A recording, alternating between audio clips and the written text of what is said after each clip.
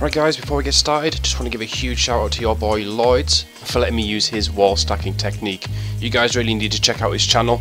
The link will be in the description, but seriously, this guy is a serious builder and you need to check out his stuff. Anyway, let's get into the build. So to start off with, you just need a simple 2x2 that is flat, then half height foundation triangles all the way around the outside like so. And you're left with this. Slap down some half walls to fill in the gap. There's a reason for this later, but I'll explain then. Then put another 2 half walls straight across. So slap another 2 triangle foundations down on each side like so. And then fill in the last remaining places with squares. Now it's up to you what height you have them. You can have them at this height, or you can lower them down for ease of access. It's all down to how you like to have your airlocks, but we're going to be using the squares as the ways to get in and out. Now you want to go on ahead and upgrade your 2x2 to sheet metal, including the half walls that surround it. Upgrade the 2 half walls to high core metal, and then make everything else sheet metal.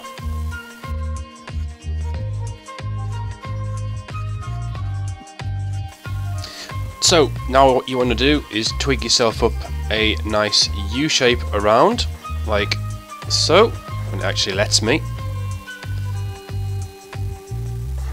There we go, that's what I wanted. And now here's the fun bit. You want the triangle floor tiles and make yourself a nice little circle like so. That's going to be your armoured core. So now you want to wall that off completely. This is also where, this is where your TC and stuff's going to live. But I'll show you how to deal with that shortly. And if I just engage myself a bit of flying, that's the sort of footprint that you're left with.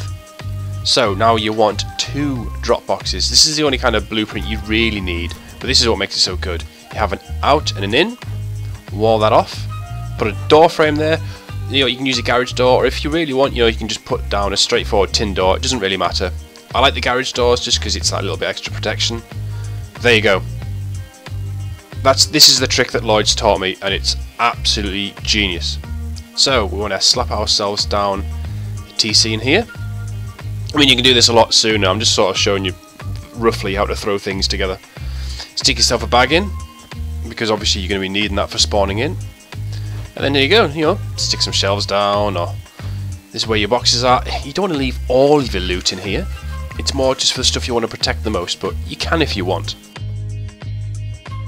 Okay, and now to armour up the walls. The sole purpose in this design is, it's just to be a time sponge for someone who's raiding. I mean, look, you've got your airlocks to get through random doors, and then when you see this armoured core, I mean, that's what, it's 8C4 for an armoured wall, and is that I don't know, is that 16 rockets? I should really look into that. But anyway, armour up the roof to complete the core, and that's that. That's just basically where you're going to be spawning into. And then all you want to do now is just start building up, here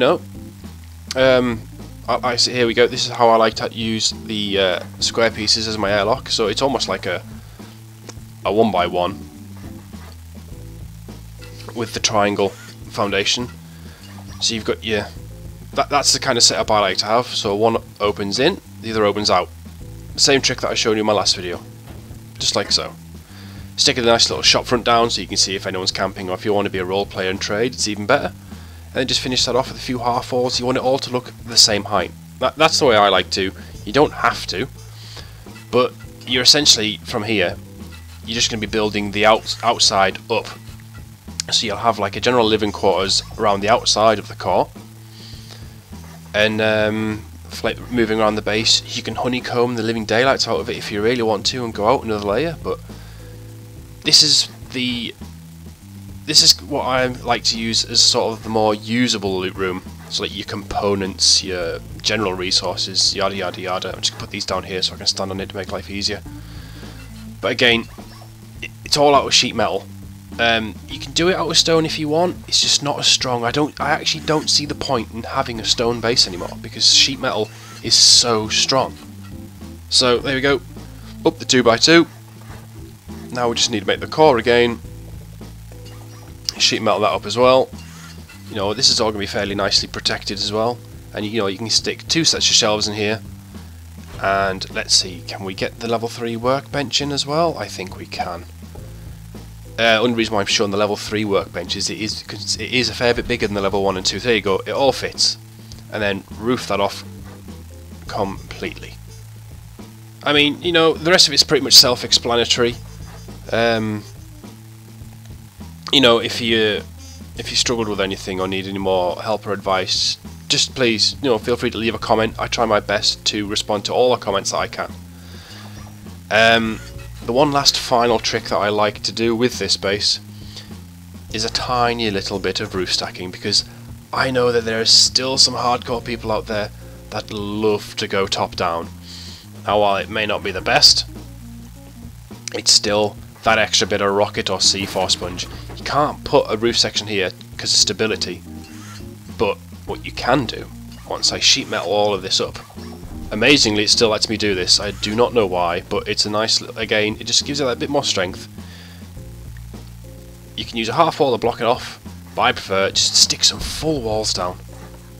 You know, stick a bunch of walls down, plug that hole up, sheet metal it all, and you're laughing, you know.